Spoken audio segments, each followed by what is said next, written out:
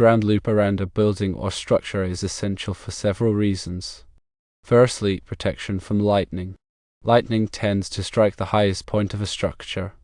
A ground loop provides a low resistance path for lightning to travel into the ground, preventing it from damaging the building or injuring occupants. Secondly, mitigation of electrical surges. Electrical surges can occur due to faults in power lines, equipment failures, or lightning strikes. A ground loop diverts surge currents into the ground, protecting sensitive electronic equipment and preventing electrical fires. Thirdly, static electricity dissipation. Static electricity can accumulate on buildings, especially during dry weather.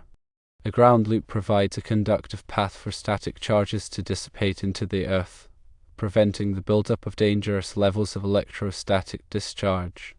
Fourthly, ground reference for electrical systems. Electrical systems in buildings require a stable ground reference. A ground loop provides a common grounding point for all electrical circuits, ensuring proper operation and safety.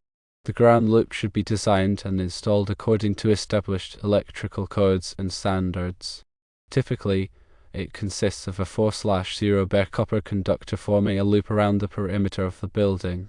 Ground rods are driven into the earth every 20 feet along the loop, providing a low resistance path to the ground. Also, 4/0 copper conductors CAD welded to every other steel column and connected to the ground loop, creating a redundant grounding system. The ground loop should be continuous, with all connections secured and tight. It should not be interrupted by switches or fuses, as this could compromise its effectiveness.